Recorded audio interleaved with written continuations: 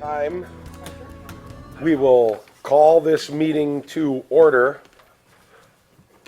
May I have a roll call, please? Trustee Anson. Here. Trustee Doro. Here. Trustee Myers. Here. Trustee Walshiger. Here. Trustee Ledke. Here. Trustee Connor. President Vanderstelt. Here.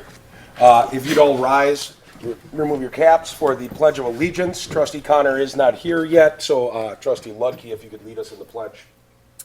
I pledge allegiance to the flag of the United States of America and to the republic for which it stands, one nation, under God, indivisible, with liberty and justice for all.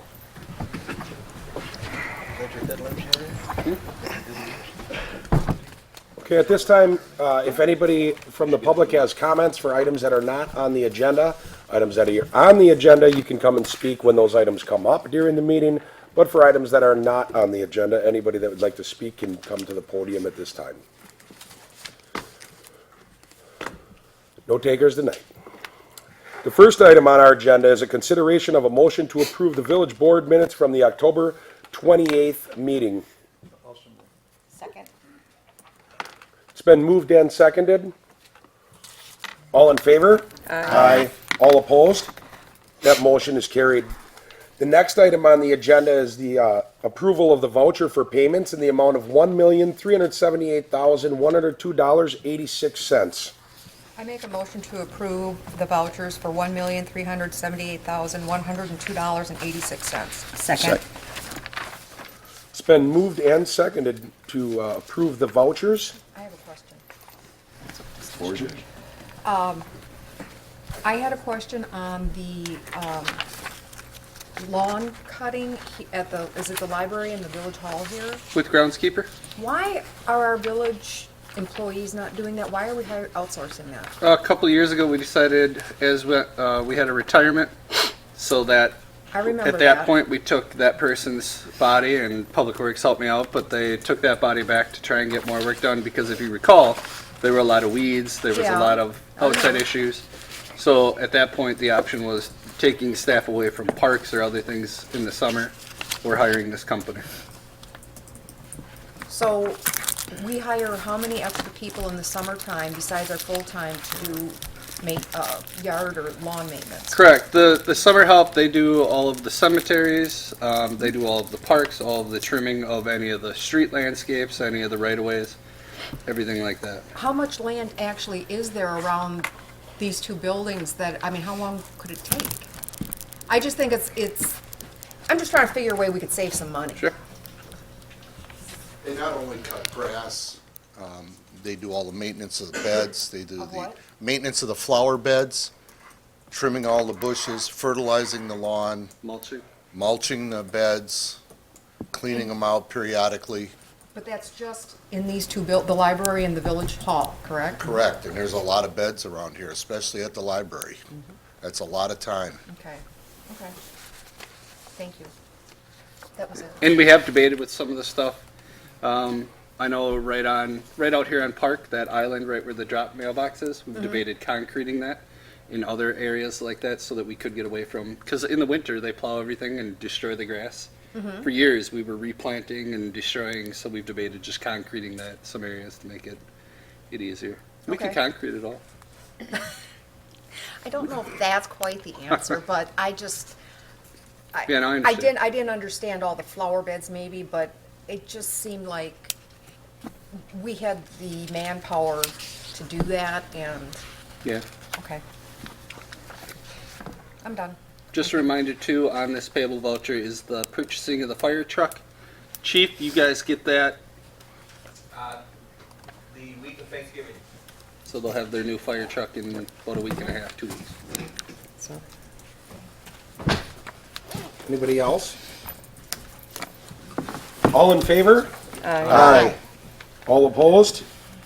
That motion is carried. Trustee Connor, all we've made it through is the vouchers. Okay. In the budget. And the budget. Next item on the agenda are items related to licenses and permits. We have bartenders, operators licenses that expire June 30th, 2020. This is for Andrew Dranoski and Ashley Olson. I make the motion we approve the 2 bartending licenses as read. Second. It's been moved and seconded. the items on the floor. All in favor? Aye. Abstain. All opposed? And the abstention. That motion carries. The next item we have on the agenda is a first reading of a bill for an ordinance 1111-2019, a village board ordinance adopting the Village of Hartland Comprehensive Development Plan. No action is necessary. That is a first reading. Just to give you a little background, we all approved the comprehensive plan. This is just the document that the state requires as well. A resolution goes through the plan commission for approval. You guys approve the ordinance. That's it. To add to that, I just want to make sure everybody understands, and I believe everybody does, so I'm not assuming that they don't. I just want to make sure everybody understands. So the boards before us went through this plan and looked into it, and then the village board went through it and looked at this plan.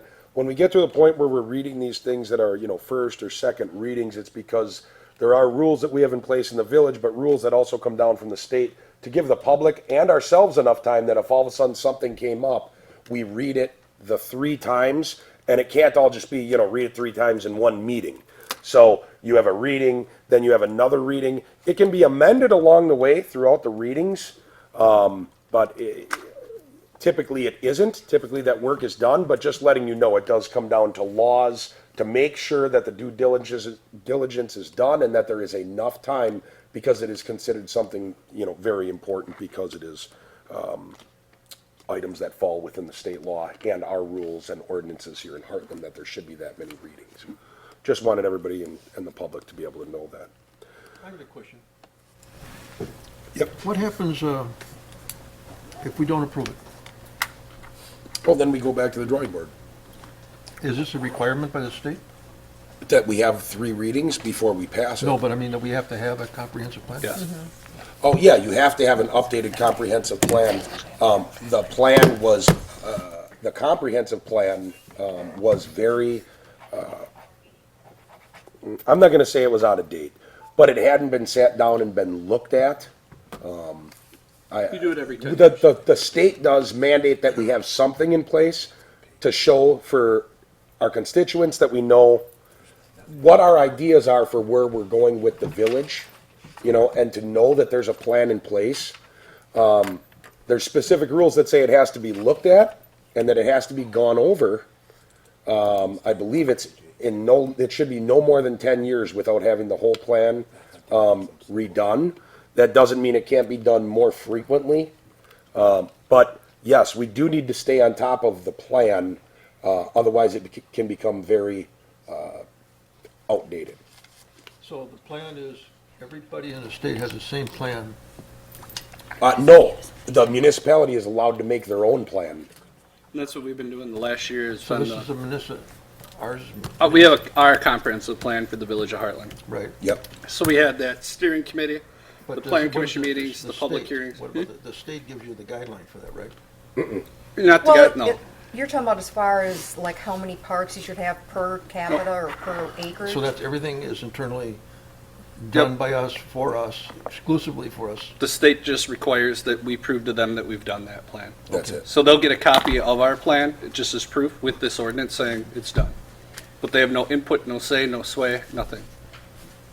We just have to prove to them And- that we did one. Along with that being said, it is up to us. We can change it at any time. As you know, when we have developments that come forward, if something has to change, you always hear, well, the comprehensive plan has to change. And I'm going to reiterate, the comprehensive plan is not a law.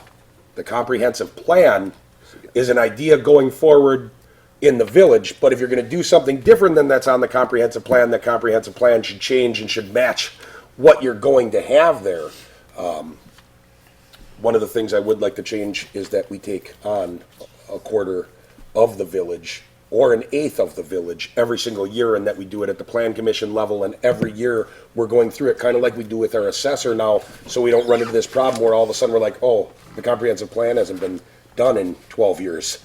And that way, because those updates, we can approve those each time they go through if it's every 2 years, and that way we're always up to date. Anybody else? The next item that we have is the second reading of a bill for an ordinance 10/28/2019-01, an ordinance to amend Chapter 18 of the Village of Hartland Municipal Code pertaining to the state uniform building codes adopted. So that'll just hold over. That again is just a reading. Our next item on the agenda is a second reading of a bill for an ordinance, 10/28/2019-02, an ordinance to amend Chapter 18 of the Village of Hartland Municipal Code pertaining to state uniform electrical and plumbing codes adopted. Again, that is a reading. That is the second reading. All right. Now we have items that are, consideration of these items are related to the 2020 village budget as shown on tab 1, page 8, and tab 31, pages 1 and 2 of the 2020 budget book. All information after tab 1 is for informational purposes only. These figures may be modified by the village board during final consideration at this meeting. And you don't have a tab 1? You get a tab 1 when it's final? But again, you could go to tab 3 to see all the expenditures. They are by That's okay, tab. just wanted to double check. Thank you. Yep, all of tab 1 gets you completed were gonna make after it tonight easy is and this is approved. nice little- I have an internal document that I didn't get everyone because we're still working through debt numbers. I have it open right now.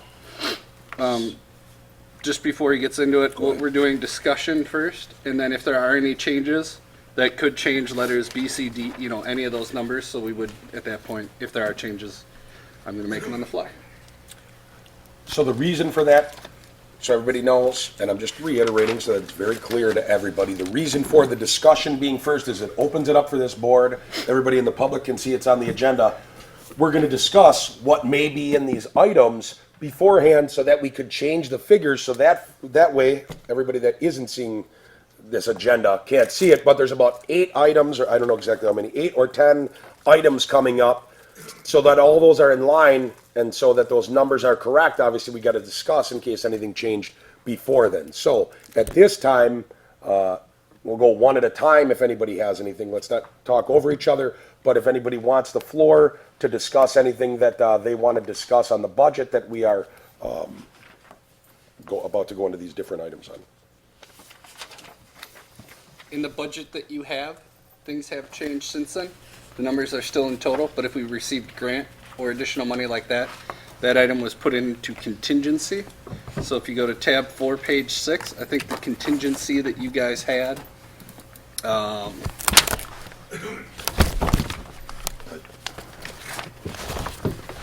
think when you had it, it was 144,805. Is that what you have? Yeah. It is now 219,089. And part of that is 219, transportation aid money we received. I'm sorry, 219. That's what I. 219,089. And that So- was for that transportation? Our transportation aid, we budgeted 648 and it's 725. 725,000. So it's 76,000 higher than we expected. Okay.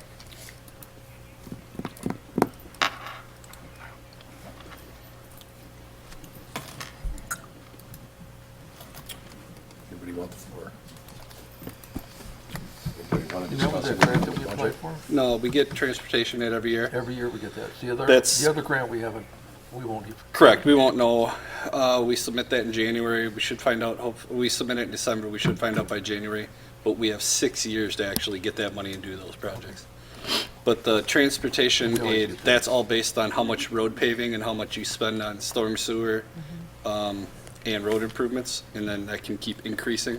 If we started decreasing our road, we would decrease how much we get in that aid. So we had, just so everybody knows too, I'm going to say, I mean, people on the board know it. A lot of people on the board have talked. I know I've talked with Trustee Connor. I've talked with some other trustees just in trying to do what we have best. I've talked with the departments. There are things in this budget that we've done that is different than how we've normally done things. We're going to try some new things with roads. That some of us brought up, me being one of them, trying that. It's not a guarantee that it's going to work. I believe it will. I believe it's going to save the village money.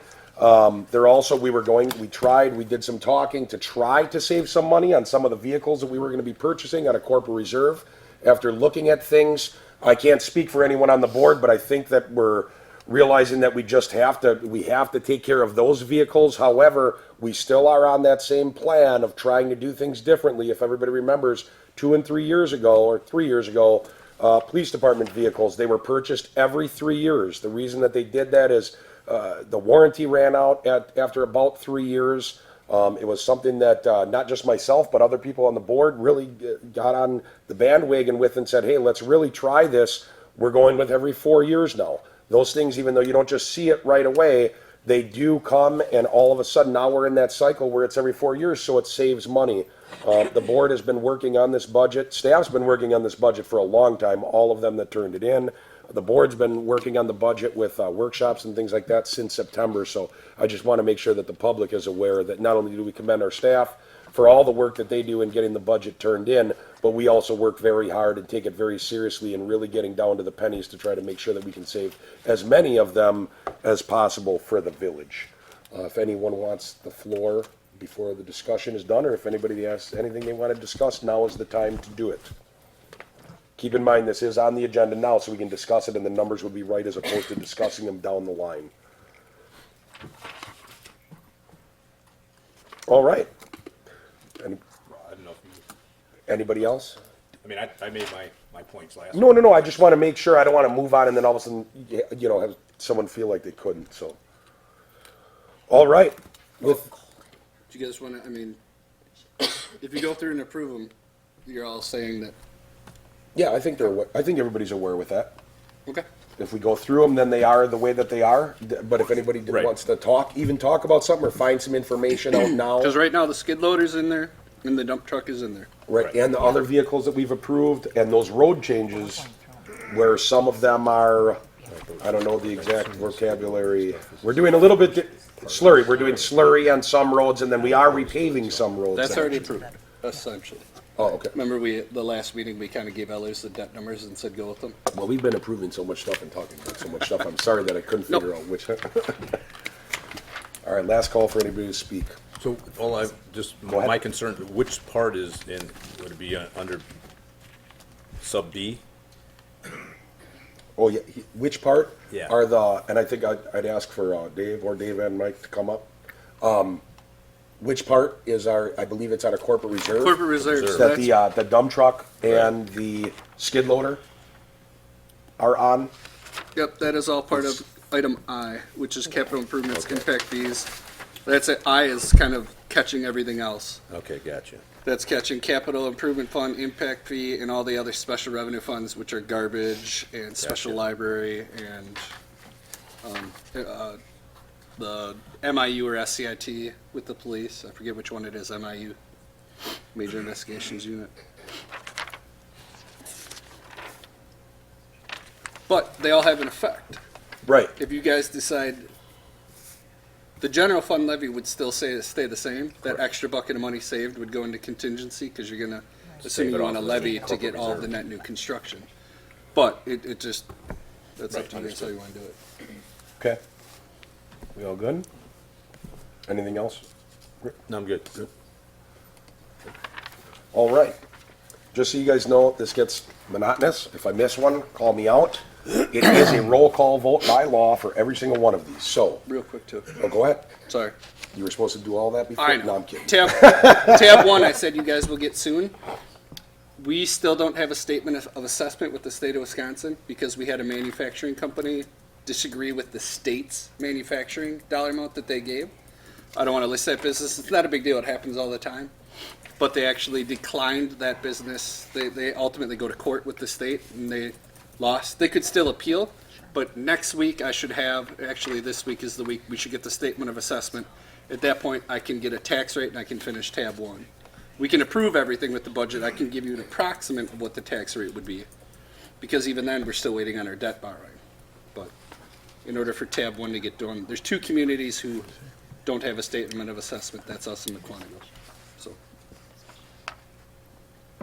now I'm done. The borrowing is not part of this, correct? We don't have those answers yet. It is. We have an estimate for debt. So we would levy, we have the levy. But we don't have an exact amount yet. That'll Correct, be when they but come you're forward gonna, with no, the you're gonna sale. approve it. Anything over or under, we would either Yep. not levy that much, or Yep. we'd take some out of reserves I to know, do it. I just want to make sure Yep. everybody knows, so just so everybody knows, there is another meeting where all of these bonds that they sold, that comes Correct, back. this is not approving that. Okay, so, our first item is a consideration of a motion to approve the 2020 municipal general fund budget in the amount of $7,758,532, shown on tab 1, page 8, of the 2020 budget book. I make a motion to approve the 2020 municipal general fund budget in the amount of $7,758,532, shown on tab 1, page 8 of the budget book. I'll second it. It's been moved and seconded. May I have a roll call vote, please? Trustee Anson? Aye. Trustee Doro? Aye. Trustee Myers? Aye. Trustee Walshiger? Aye. Trustee Ledke? Aye. Trustee Connor? Aye. President Vanderstel? Aye. That motion passes.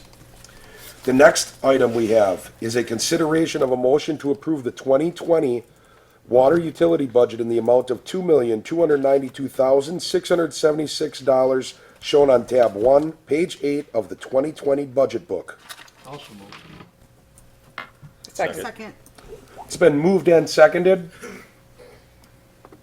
May I have a roll call vote, please? Trustee Anson? Aye. Trustee Doro? Aye. Trustee Myers? Aye. Trustee Walshiger? Aye. Trustee Ledke? Aye. Trustee Connor? Aye. President Vanderstel? Aye. That motion carries. The next item we have is a consideration of a motion to approve the 2020 sewer utility budget in the amount of $2,412,655 as shown on tab 1, page 8 of the 2020 budget book. Also moved. Second. It has been moved and seconded. May I have a roll call vote, please? Trustee Anson? Aye. Trustee Doro? Aye. Trustee Myers? Aye. Trustee Walshiger? Aye. Trustee Ledke? Aye. Trustee Connor? Aye. President Vanderstel? Aye. The next item is a consideration of a motion to approve, the motion carries. Sorry. The next item is consideration of a motion to approve the 2020 TIF number 4 budget in the amount of $320 as shown on tab 1, page 8 of the 2020 budget book. I'll make a motion to approve the 2020 TIF number 4 in the budget for the amount of $320. Second. It's been moved and seconded. May I have a roll call vote, please? Trustee Anson? Aye. Trustee Doro? Aye. Trustee Myers? Trustee Walshiger? Aye. Trustee Ledke? Aye. Trustee Connor? Aye. President Vanderstel? Aye.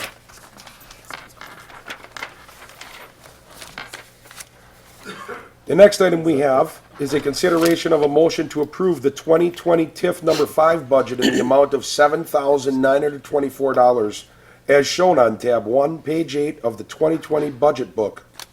I'll move to approve 2020 TIF number 5 budget in the amount of $7,924 as shown on tab 1, page 8 of the 2020 budget book. Second. It's been moved and seconded. May I have a roll call vote, please? Trustee Anson? Aye. Trustee Doro? Aye. Trustee Myers? Aye. Trustee Walshiger? Aye. Trustee Ledke? Aye. Trustee Connor? Aye. President Vanderstel? Aye. That motion carries. The next item we have is a consideration of a motion to approve the 2020 TIF number 6 budget in the amount of $103,820 as shown on tab 1, page 8 of the 2020 budget book. I make a motion to approve the 2020 TIF number 6 budget in the amount of $103,820 as shown on tab 1, page 8 of the 2020 budget book. Second. It's been moved and seconded. May I have a roll call vote, please? Trustee Anson? Aye. Trustee Doro? Aye. Trustee Myers? Aye. Trustee Walshiger? Aye. Trustee Ledke? Aye. Trustee Connor? Aye. President Vanderstel? Aye. That motion carries. The next item on the agenda is consideration of a motion to approve the 2020 debt service budget in the amount of $1,697,035 as shown on tab 1, page 8 of the 2020 budget book. I'll move to approve the 2020 debt service budget in the amount of $1,697,035 as shown on tab 1, page 8 of the 2020 budget book. I'll second. It's been moved and seconded. May I have a roll call vote, please? Trustee Anson. Aye. Trustee Doral. Aye. Trustee Myers. Trustee Walshiger. Aye. Trustee Ledke. Aye. Trustee Connor. Aye. President Vanderstel. Aye. That motion carries. The next item we have is consideration of a motion to authorize a downtown business improvement district assessment of No. No. Skip that. Sorry, Aye. apologize. It's actually a consideration of a motion to approve the 2020 capital improvements, impact fee, and special revenue and other funds in the amount of $3,609,982 for a total village expenditure budget in the amount of $17,882,944. Also move. Second. It's been moved and seconded. May I have a roll call vote, please? Trustee Anson. Aye. Trustee Doral. Aye. Trustee Myers. Aye. Trustee Walshiger. Aye. Trustee Ledke. Nay. Trustee Connor. Nay. President Vanderstel. Aye. That motion carries. The next item on the agenda is a consideration of a motion to authorize a downtown business improvement district assessment of $74,800 as requested by the bid board with approval of the bid's final expenditure budget held until consideration of the 2020 operation plan. I make a motion to authorize downtown business improvement district assessment of $74,800 as requested by the bid board with approval of the bid's final expenditure budget held until consideration of the 2020 operation plan. I'll second. It's been moved and seconded. All in favor? Aye. I'm sorry, roll call vote, please, sorry. Trustee Anson. Aye. Trustee Doral. Aye. Trustee Myers. Trustee Walshiger. Aye. Trustee Ledke. Aye. Trustee Connor. Aye. President Vanderstel. Aye. Almost there. The next item we have is consideration of a motion to approve a property tax levy in the amount of $6,293,160. I'll move to approve property tax levy in the amount of $6,293,160,000. I'll second. It's been moved and seconded. May I have a roll call vote, please? Trustee Aye. Anson. Trustee Doral. Aye. Trustee Myers. Aye. Trustee Walshiger. Aye. Trustee Ledke. Aye. Trustee Connor. Aye. President Vanderstel. Aye. That motion carries. Consideration of a motion to approve a general wage adjustment of 2% and the resulting 2020 payroll matrix tab 31, page 1. If you recall, the 2% I sent a couple weeks ago, that's about average with the CPI. A little bit lower, a little bit higher for different aspects of it. So that's why I brought forward a 2%, as long as the board is okay with that. I have a question. Sure. If this goes through, is it automatic Yes. for the people's paychecks, or is it just for the pay rate? Pay rate. Everyone would get that. Okay, Yes. that would be our it's an intent. important question, but Yes. also that pay scale goes Yeah, up by that generally, much also. The generally top what we've goes up done in by the 3%. past is let it up for departments, like when you get to the seasonal or things of that nature, we generally give them a quarter. If they come back another year, they wouldn't get 2% on top of that, they'd still get that same quarter. But any of your regular part-time, regular full-time, and generally we've done this with the paid-on-call firefighter positions as well. The only position we probably wouldn't do that for is POP, but I think Chief Dean might bring something forward, him and I have been discussing some options with that, so All right. we'll talk about that later. It's been, I think it was, I think I oh, jumped in. sorry, I'm getting ahead of myself. Sorry for speaking. I'll make the before I was motion second. to approve the general wage adjustment of 2% and resulting in the 2020 payroll. I'll second. It's been moved and seconded. Any discussion? May I have a roll call vote, please? Trustee Anson. Aye. Trustee Doral. Aye. Trustee Myers. Aye. Trustee Walshiger. Aye. Trustee Ledke. Aye. Trustee Connor. Aye. President Vanderstel. Aye. Motion carries.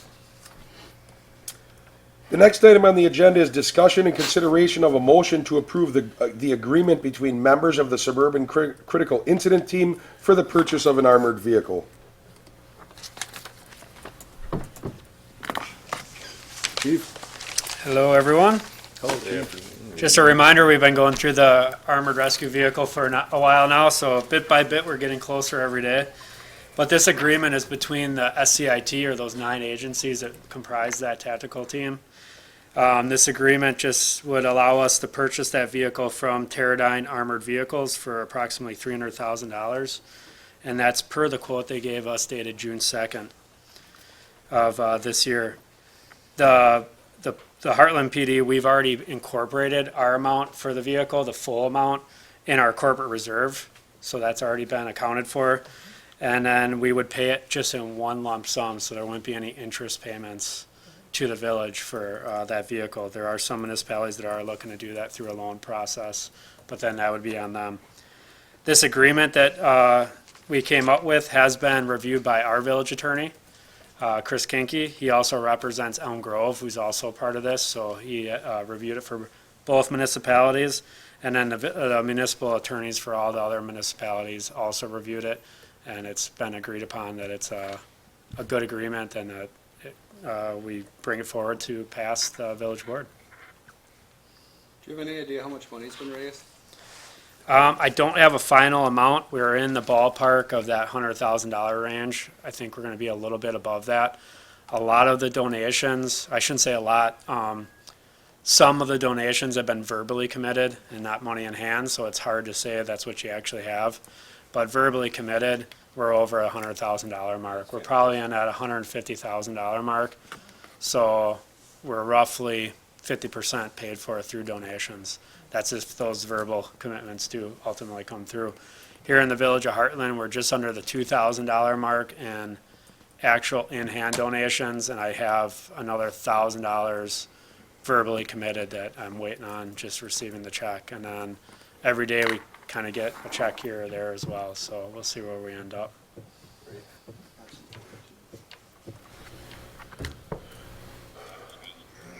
Any questions?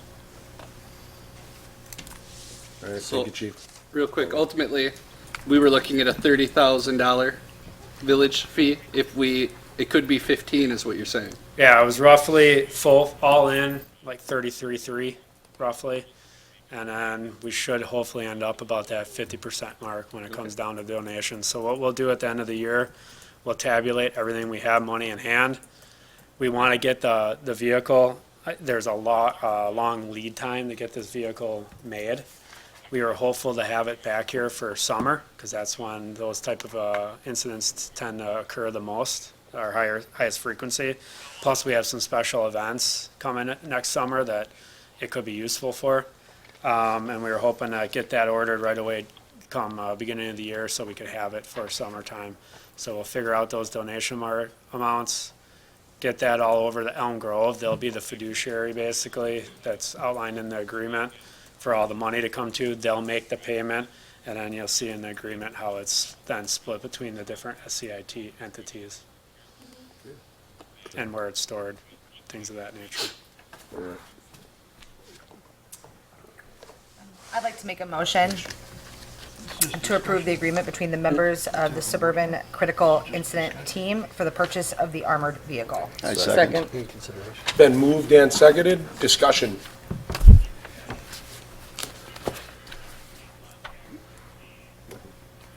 Nothing.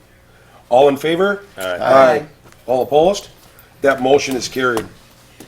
The next item we have is discussion and consideration of a motion to approve the ordering and purchase of police department vehicles for delivery in 2020 and declaring the two 2016 Ford Explorers as surplus.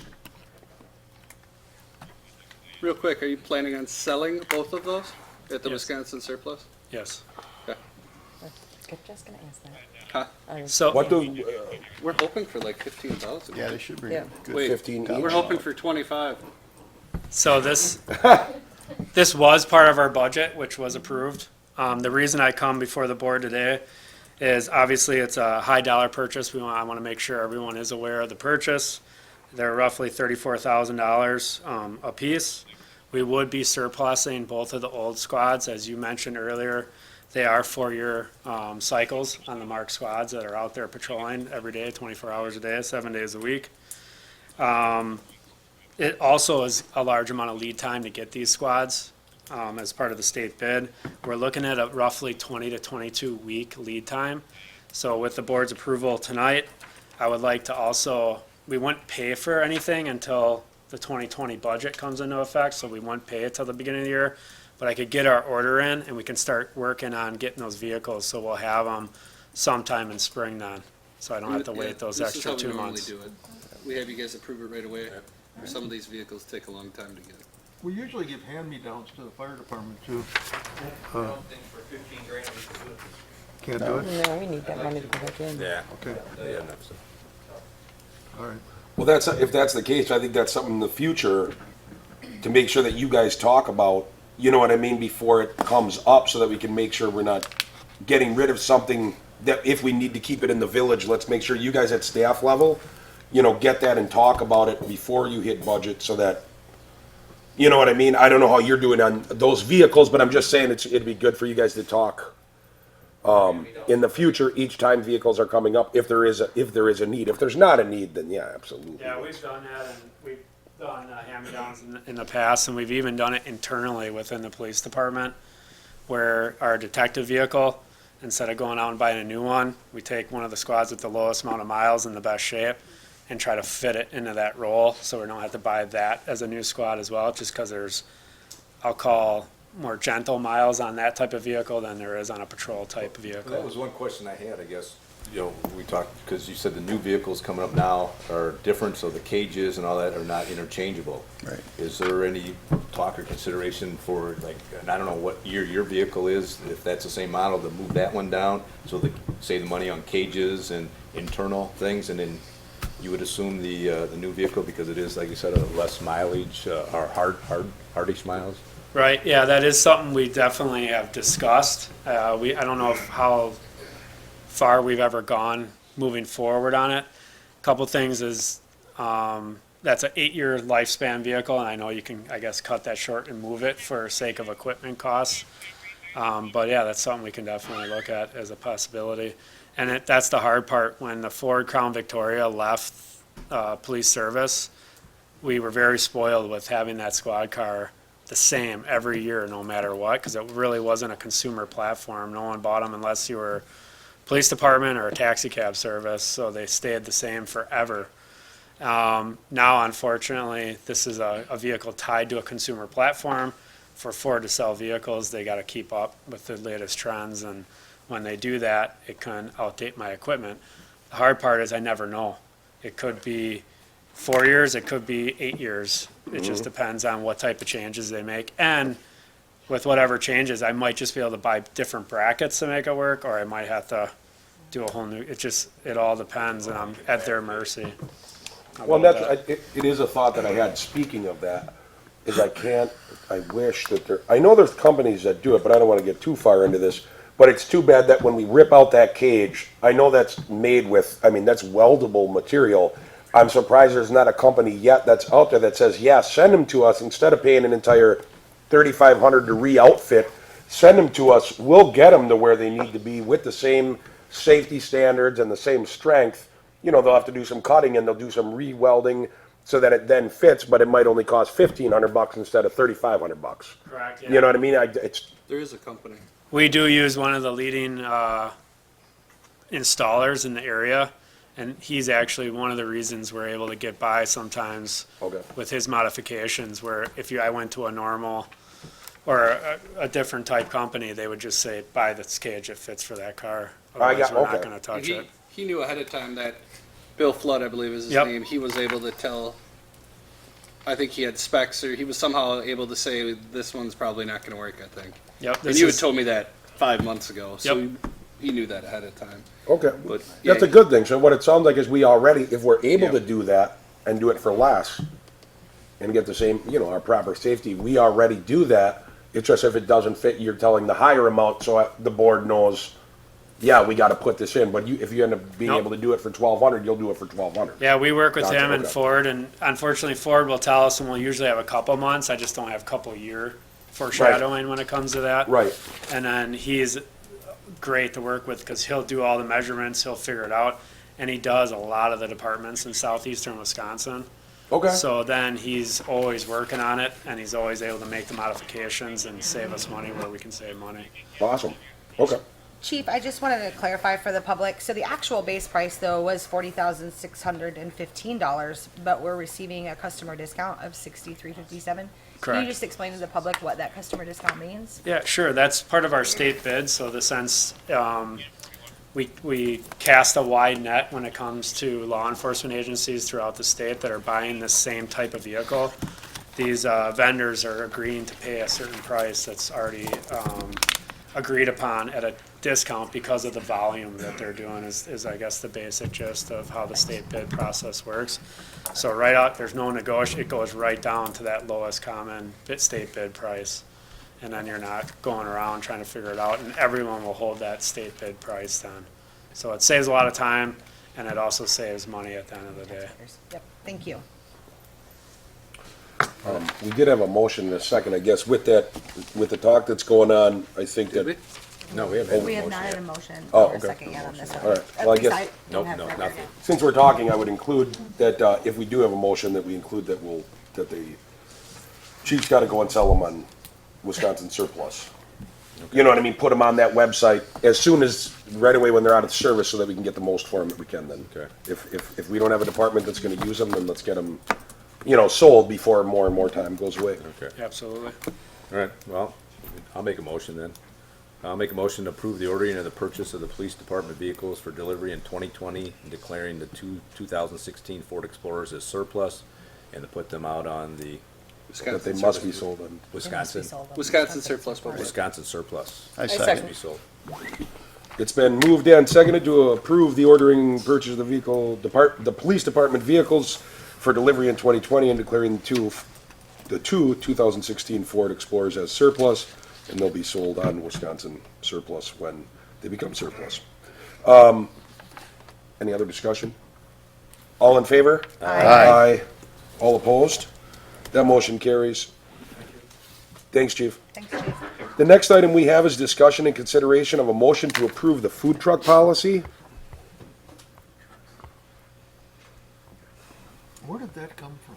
Mike, do you want to talk about that a little bit? Sure. Mike just asked where that came from. Staff asked the park board to consider a policy for food trucks. Over the past couple of years, we've been getting more requests for those trucks to be used in the parks when someone has a rental of a shelter or open space for a wedding, and we wanted some guidance. So is that going to interfere with our beer garden and Yeah, I was gonna say, is that taking money away from us? Excuse me? Good question. I mean, we just entered with them and extended them 5 years, a couple years ago. Right. And he's put an investment in there and he's selling food.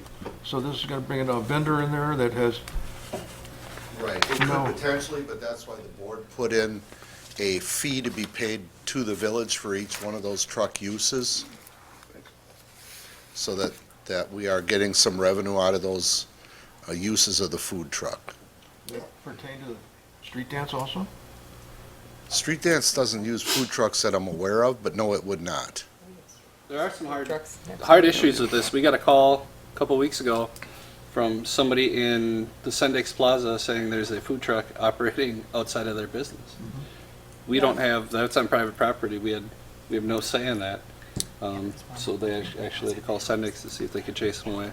But like, if somebody wanted, they could go park in somebody's driveway and park, and that's perfectly legal. As long as Yeah, I it's could on have private a property. in my parking lot. Yeah, You can be a the vendor bar. and then you're without a license in Hartland.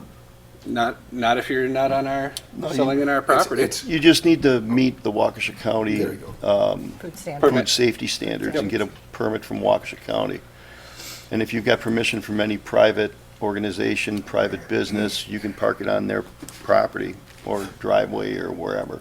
Hence there being some need for this, because, kind of like Right. overnight parking.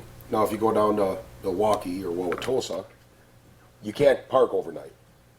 You can't park between the hours of, I think it's 3 or 3:30 and 6:30 a.m.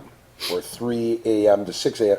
That's how they use that to say you can't park overnight. So any car that's on the road that doesn't have a permit on it, between those hours, you can write the ticket. You don't have to call in to ask.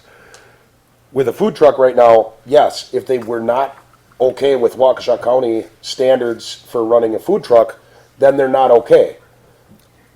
What do you say to a mobile business? They don't have to get a business license in Hartland, and all they're doing is parked. You know, you can drive an ice cream truck through, at least when someone's coming and parking and setting up shop. This gives us the ability to, not only do they have to come to us and we can say, oh no, that's actually our street dance that's going on, that's covered. You aren't gonna run a food truck right here on Cottonwood, you know, sitting outside of Isn't the. that soliciting? Isn't what soliciting? A food truck, wouldn't it be soliciting?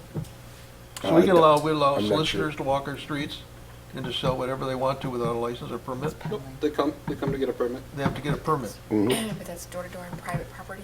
Yep. Right. Yep. Pretty much, a big point of this is I think there are some times where there are people who are having parties at parks that may want to have a food truck. You gotta remember, right now, even though entries is in there, I could order 45 pizzas from Domino's and have them delivered to the park if I wanted. And that wouldn't be an issue. I just remember the street dance before you were born, and it, there were people that, we had a lot of trouble, people coming in from other communities and set up on that street. And, you know, we had no control of it, and of course, we had certain words that we could make people leave with, but I don't want to have somebody just, because they got an approval and, you know, Waukesha County, you sit up at the parking meter across from, your saloon, and have some kind of a facility there. I mean, it's like, we have people that buy. And that's kind of what this policy is doing. This policy is saying you gotta come to the village board. Right. Because right now, if somebody set up shop across from Hoggers, Nothing you can do. we don't really have anything saying they can't do that. We don't have anything saying they can do it though either. But this is just for the parks, correct? Correct. It's just as for in our Just for in parks. the parks. Because at the street dance, they can't, and no one can do it. They have to go through us and through the village, through the chamber and through the Because we're village. physically closing the street. You Right. still have to approve it each time. Yeah, but, yeah. And just by approving this doesn't mean food trucks can suddenly drive into any park. No. They would have to come to the village board and say, so such and such is having a party at Hartbrook Park. They've asked us to come in and, or they'll come in and have this food truck approved. It's also just why trying we to- And have it is already happening. And this was approved by the park board. It was, and that's why we also limited the number of trucks per event. I just have a quick question. What did the park board say about the hours of operation for the food truck and how long they could be on the premises? It's typically, for the hours that they reserve either a shelter, the Fine Arts Center, or the open space. Okay. There's usually parameters on there as to what their operating is, and it can't go past normal park closing times. Okay.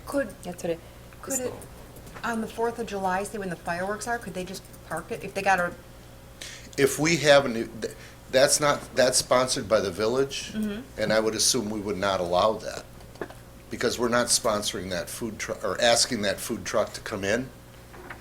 but technically, they could say park in somebody's driveway right next to the park. They can do that could. now. They Right, Yes, right. They do it absolutely. now. They do do it now. They sell those, what are they called? And I don't have any problem with them doing it. I mean, I'm not all for the free glow enterprise ones, funnel the glow cakes. ones and that. Funnel Oh, yeah. cakes, Yeah, they do.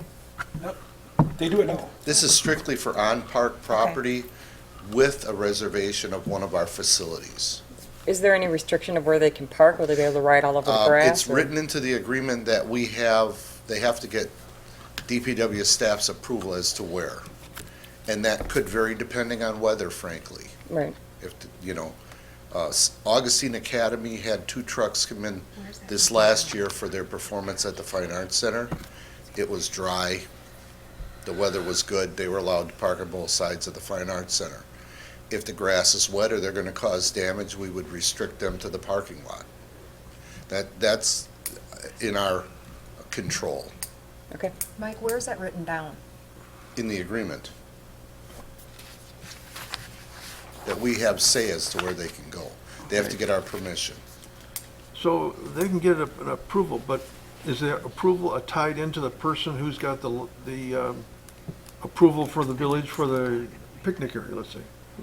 Well, they sponsor it, but the food truck has to go to the village park board and I believe the village And board. so the person who has the permit to use that facility, that or the picnic area, Yep, then is responsible for any problems that were occurred or any damage that this food truck? Well, the food truck would be because they're also coming to us for permission, and there are requirements for them that they have to follow. If they don't follow them, then we can go back after them. But they have to be tied into somebody. They just can't do it Correct, on they their can't own. just drive in and set up. They have to be part of a reservation. Just so you're aware, it does only say the Park and Rec Board. Okay. And that's fine I if was you just guys gonna are bring that okay up. with that. I was literally just gonna say that to him. I mean, depending on what you guys all think. Yeah, it is up to what the board thinks. All this, it's my understanding, I could be wrong, my interpretation, this is just trying to open it up to the village because so many more people are using our parks and we have people that are coming in and having birthday parties with 150 people. Someone doesn't want to have, a bunch of people having to sit there cooking on a bunch of grills, having to take them when they can call. They have the funds to do it and they can call. And let's say it's the same food truck that was at the Extraction Team event that was up at Rustic Manor last year. The food was really, really good. They didn't have to serve food inside. There was a food truck outside. I don't know what the business is, and I'm not promoting them, but the food was really good. Same type of thing. Instead of having to have, quite a few people that were taking care of that event, they could be inside with the people. However, all this is opening up as an option to people. It's not intended to take away from business. It's more so intended for whether someone's having a birthday party, a graduation party in the park, anything like that, or if someone's over at Centennial and they want to have, it's not, we're thinking just Nixon here. This includes Pembroke. This includes Hartbrook. This includes Centennial. We have many, many parks, and it is up to us. If we don't want to have them, or however someone wants to vote, they don't have to have them, but obviously it sounds like, unless one person just came up with this, it sounds like people are asking. Yeah, we just never had anything. We don't have a yes or no. We've had people ask. This Yep. really regulates it more, controls it. Exactly. And that was the point, is to give staff guidance. Right. So they sell alcohol too? No. No, It says in there, no. just food. So Not can manufactured, the distribute, dispense. people that have the events at the park have alcoholic beverages? They would have to go through That's the a separate police permit. department and our normal process It's a if free they wanted license. to do so. That's a separate, permit. It's a free permit, but yeah. It just kind of concerns me that we charge people to business fees to have business in Hartland. And they have to pay personal property taxes in Hartland. And now somebody can come in that's got 4 tires and come in and, let's say, get the hot time of the year, with picnicking and beverages and things. And it just, and They do have to pay the village $75 per application, per event. that's about as much as a regular business would have. For one day, that's more. And Mike, I They might agree not with even what you're sell saying. $75. I do, or Trustee Myers, I'm sorry. I agree with what you're saying. Here's where I see the problem. We don't have a lot of people serving at noon or 1 o'clock. When people are eating and when they're having parties with the kids, I think it'll actually end up working out a lot different. I think people will have a food truck, and there's quite a few, half the people at the party won't want to be eating at the food truck. I won't even say half. Let's say 20% of the people, and now they're going to be hungry, and they don't want to serve their kid food truck food, and they end up at Enter's, or Beer Snobs, or Zesty, or down at Senior Tomas, because they want to stop and get a bite to eat on the way home. I think that it's going to have a tandem effect. I think it's going to have, in my opinion, and I'm just sharing that, I don't think it's going to be like all of a sudden everybody at Beer Snobs and Enters and Palmer's and everywhere is going to be like, cool, we don't have to eat there anymore. We're going to, we're going to go dry with no alcohol, and we're going to just go and sit here and eat food truck food. I think what's actually going to happen is you're going to have the ability that when you come to a party that I'm hosting, Mike, if I had a food truck there, you'll be able to grab a bite to eat and then stop at one of the establishments and grab even more to eat if you wanted to. And I'll agree with you on that. For the chamber, when they have their street dance, we have quite a few food trucks there, and we always go to the businesses first and ask if they would like to participate and serve food. They're too busy. I mean, they are slammed during the street dance because the restaurants are busy, and the food trucks still make plenty of money. So it's a win-win. I guess the food trucks in the parks will be very minimal. It is. Right. Yeah. I think so too. In order, those food trucks are pretty pricey to, if you're gonna rent one for a party or something. That's my guess is, for a 4-year-old birthday party, they're not gonna get like a taco truck or something like that, so. And I do, at the same time, I agree with Mike. I mean, the second this thing goes through and people find out about it, are food trucks gonna be calling like crazy come April? They To can say, I go. wanna come and sit next to your beer garden because you have a ton of people down there? Absolutely, they're gonna call and ask. I'm sure But park not board this will way, say we no. have a policy in place where the park board will be able to say no, and if they don't say no, then we can contact the park board and say, hey, why are you guys giving, you know, you're. Correct. And we will give restrictions to the park board as well, of that it has to be connected with something, it can't be just going to. Well, I think it It says already that. states that in here. I know, but I'm saying to reiterate, if we're giving them the power to make the decision, I want to make sure that that is really reiterated to them, that that is the policy. And even in our memo, staff can let you know when we have, because I'm honestly guessing it's not going to be as I don't think so either.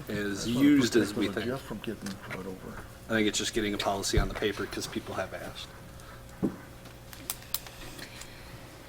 Okay, let's vote.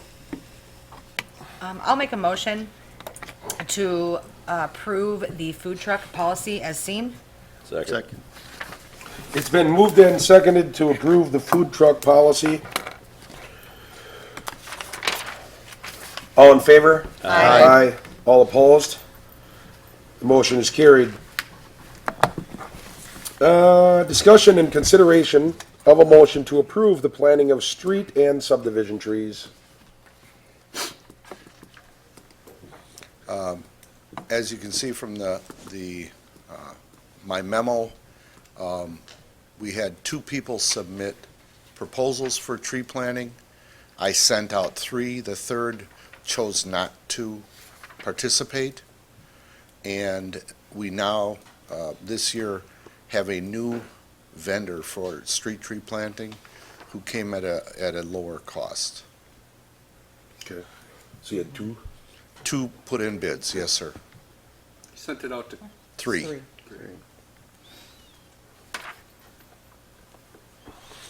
I was glad to see that you sent it out to 3 and got 2 responses to choose Yep. from. Are we gonna be replacing the ones that we're cutting down ever, or what's? That's what we're doing with this. Just those? But we're not caught up yet, right? Well, we are not Some caught of up. those downtown, though, the business gets to choose on, if I'm not mistaken. I just want to make sure that, correct? Well, one of the things we're looking at is talking to this vendor and asking him if there may be a different type of tree that could put in that has a better survivability. We lose a lot of trees downtown because of the Salt? small tree grate and all the concrete Okay. and the salt. I figured the salt's gonna Absolutely, kill 'em. A absolutely. business can't take the chance. So we're gonna have that With the discussion salt with the new vendor to see if we might look at a different species that might be more survivable. Okay.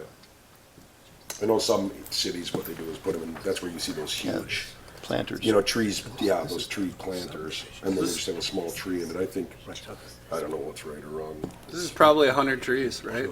97 for the street trees and about 40 for the subdivision trees, which are paid for by the developer or the builder when they take out their permits. And ultimately with that, we charge per lot a certain street fee amount, Correct. and we have to put those we have to. And that fee is adjusted annually based on the cost of the current planting cost, so that we make sure we keep up. So that money comes in and out. It's not It's a pass-through. correct. Not to get in the weeds, just asking a question, it probably is a dumb question. How do we choose the trees?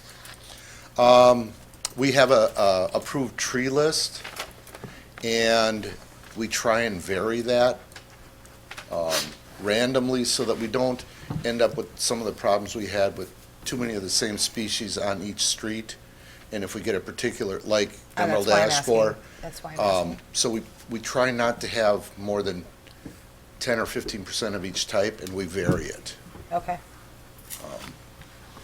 Thank you. There's a plan before they go in. Yeah, thank you. Where you can look. Well, You answered my question, because that's actually where I was The going with it. developer gives us a plan, and we plant the subdivision trees per his plan that is approved at the approval of the subdivision. Okay. And we also have restricted certain types of trees. We don't do a lot of ash tree planting anymore because of the problems with that.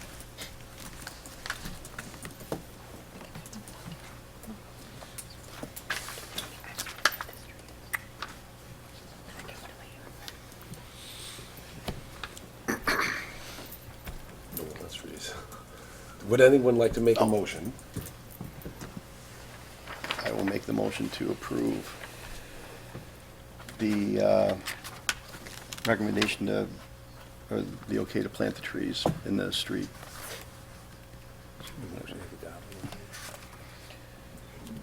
I'll second that. It's been moved and seconded to approve the planting of the street and subdivision trees. Discussion? Is there any way in the motion to get the dollar amount placed in the motion? Well, here, Sure. it If you'd says wanna make 40 amendments. trees That's and what I'm the asking for. subdivisions for Yeah, you- 20,000 and Hold it. That's not the bid. The one above it's the winning bid. You're talking about going with Johnson Nursery's Nursery proposal. 16. Yeah, that's what I'm saying. Can we like amend the motion to showcase Sure. the actual company we're going with and the dollar amount that we're approving? I'll amend the motion, the motion and make a motion to approve the subdivision and street trees in the amount of $16,036.49.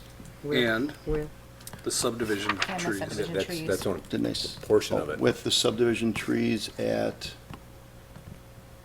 scrolling. yep, that's scrolling. $36,194.36 I'll second. with Johnson Nursery. It's been moved and seconded to go with the amount, to approve the, sorry, I gotta find my page. To approve the planting of the street and subdivision trees with the amounts stated in the motion with Johnson's Nursery. Those amounts being 16,036.49 and, I just get off the page. I'll get there. 16,036.49 and And- What's the other one? 36,194.36. And 36,194.36. Discussion? All in favor? Aye. All opposed? That motion is carried. Thank you. Thanks, Mike. Next item, we have discussion and consideration of a motion to approve a design agreement with BSI, which is Building Services, Inc. for- Sorry, I did not intend that. It was an accident. Our next item is actually discussion and consideration of a motion to approve a contract with inspection services with Wisconsin Building Inspections LLP. So with this, I sent out 4 proposals to 4 companies that are currently used in Waukesha County. Scott Hussinger is here. His company is Wisconsin Building Inspection. I sent one to, I guess I would say, one of the largest in the nation. And they responded back that pretty much we don't have enough work. They're not interested unless we band together with other municipalities, which I find weird because they have other municipalities in Waukesha County. And then another local one that's bigger, and they're trying to get their foot down here. They're actually in Merton. They don't have the staffing currently to take on. They're looking at adding a staff. So the proposal with Wisconsin Building Inspections would be a 3-year contract. And again, at the end of that 3 years, I would do this proposal again if everyone is fine with that. I'll make a motion, we approve that. I second. It's been moved and seconded to approve the agreement for inspection services with Wisconsin Building Inspection LLP. Discussion. All in favor? Aye. All opposed? That motion is carried. The next item on the agenda is discussion and consideration of a motion to approve a design agreement with BSI, which is Building Services, Inc., for services related to remodeling of the village board room and the administration counter area.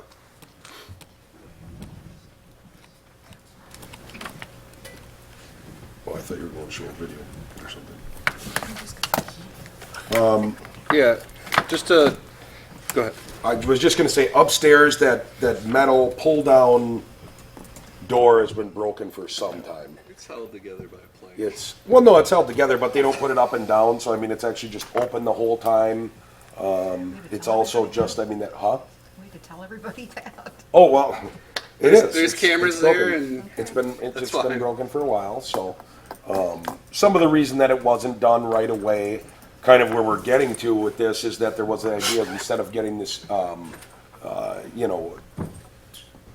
sliding metal door that isn't aesthetically pleasing, And it was $6,000 to $10,000 to replace. Yeah, it was very expensive It's to a replace, huge but door. it's like what you would see at a vending stand, kind of like at Arrowhead. They pulled down that metal door.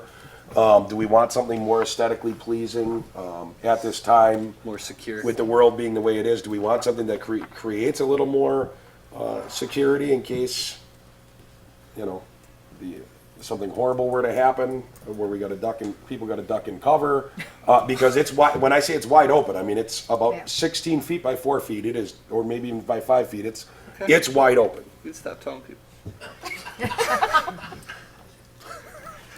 So I'm just saying. I obviously don't work up there during the day, but I'm just saying. So, and also with this boardroom, I think it's getting outdated. I think that time has come. I think you can see the new faces that are up here on the board. You can see the new innovation that many of the departments in the village are. You know, there's some of them are new department heads. Some of them are departments that have expanded to become paramedic level service, like our fire department.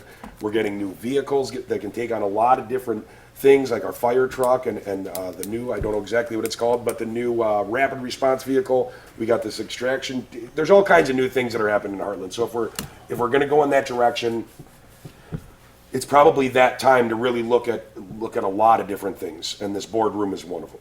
In my personal opinion, I feel it's very outdated. It's time to be out with the gold and in with something new, and not so many different wood grains. So, just an idea. But that's why it's on the agenda today. Did we put this out for 3 bids? We did. I don't believe we did. We did not. We did not put this out for 3 bids. We talked to the company that was used by the library.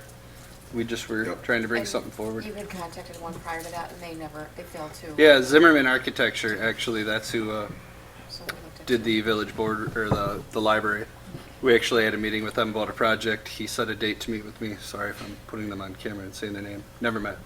And I emailed him, and he never emailed me back. So.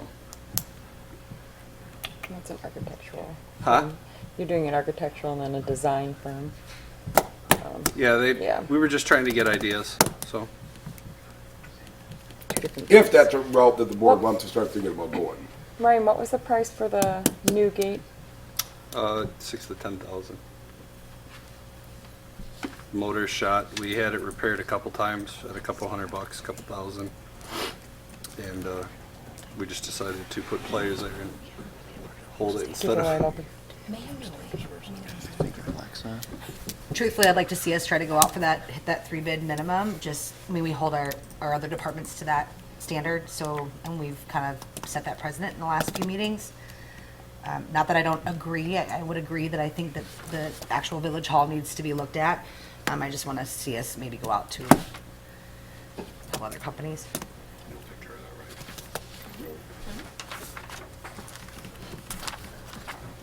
Well, we don't necessarily need a motion. We can have one to send, Clerk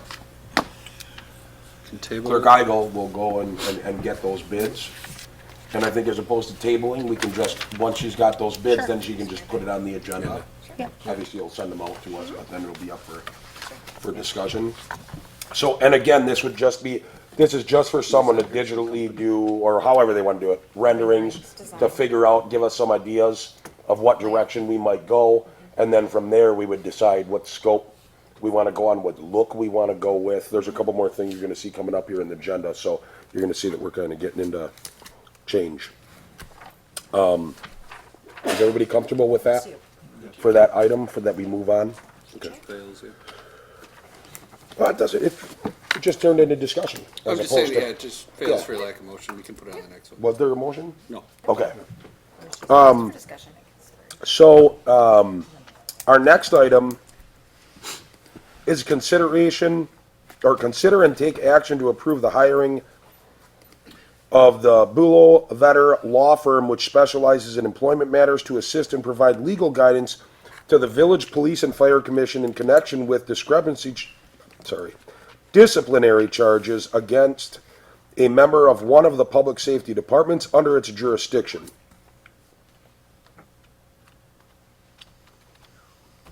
I move that we approve the hiring of that law firm for this issue.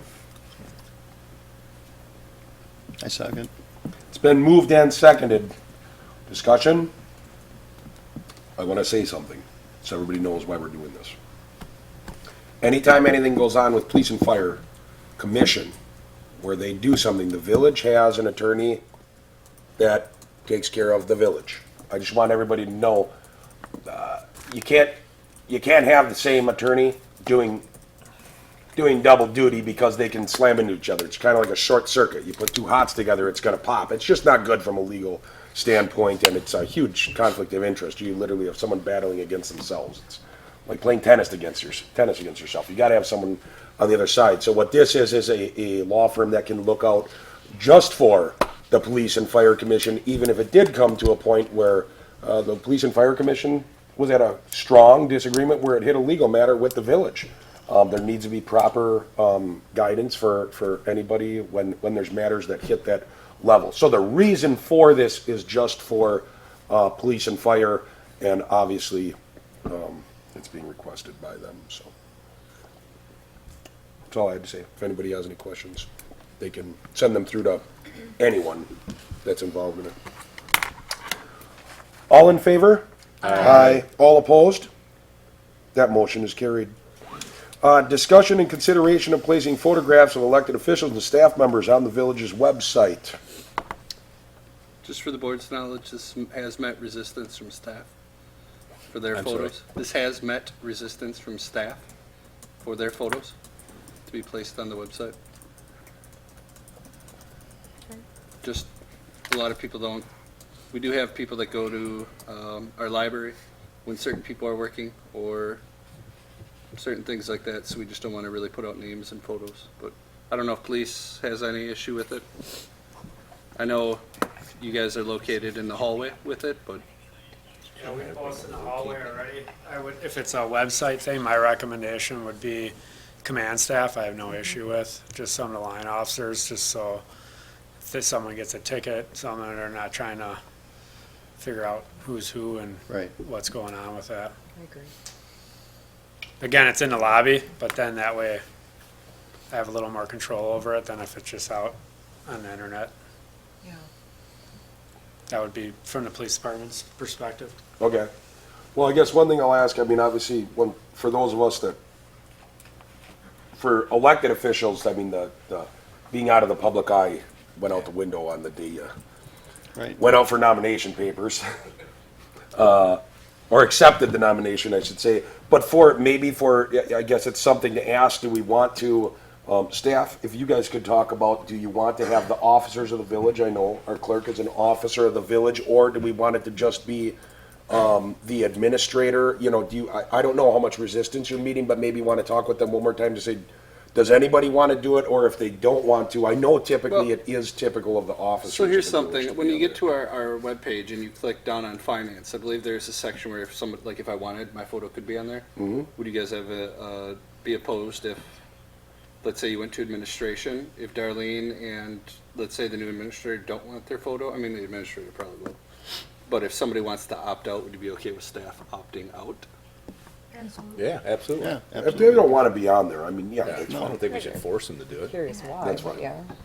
Yeah, and are they two different things? I mean, placing the photographs of elected officials and staff, should those be two different things? Oh, Should the yeah. elected Yes. officials be Yeah. one line item and then the staff be another?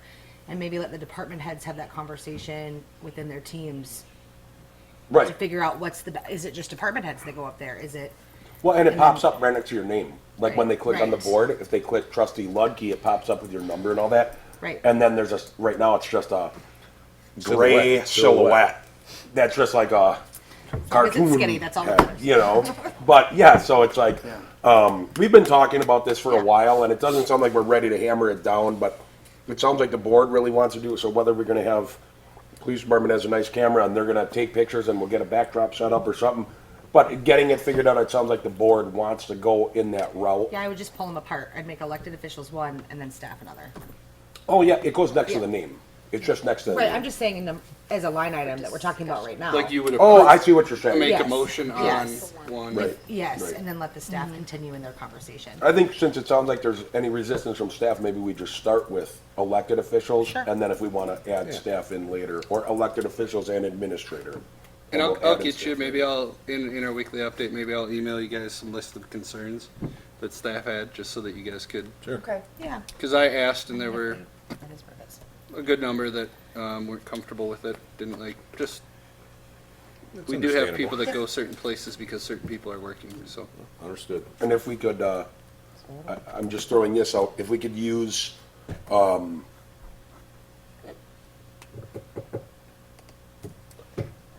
April 15th as a shoot-for date, to have it all done, pictures taken, have them up. There was talk also of getting them put outside, or, Oh, like that, yeah, there was. I just want to kind of create a deadline, because they also have to get it set up where we could get in, get these pictures taken, get them up there. You know, if we want it to be sooner, I was thinking then it coincides with, you know, that time of year. But, or we can push it up and just get them on there, and then let's do it again though, you know, at the end of each April, we'll do it so that it's fresh for the village, so people, I don't know, or we can send our own in, however you guys want to do it. I think I thought having the having it same done backdrop would so look it's kind of safe. nice, but. I don't even know if we need a, yeah, so we're kind of directing, I think that, I feel comfortable with that. We're directing the board to move forward with the elected officials and try to help set that up for us. I think maybe we should get it done sooner and then just update it. And we can, yep, that's what I'm saying. So, you wanna We'll work on maybe it. keep Do you us think that- updated I at mean, each I meeting? don't, does a motion really need, I mean. No, we don't. It's just directing staff. Yep.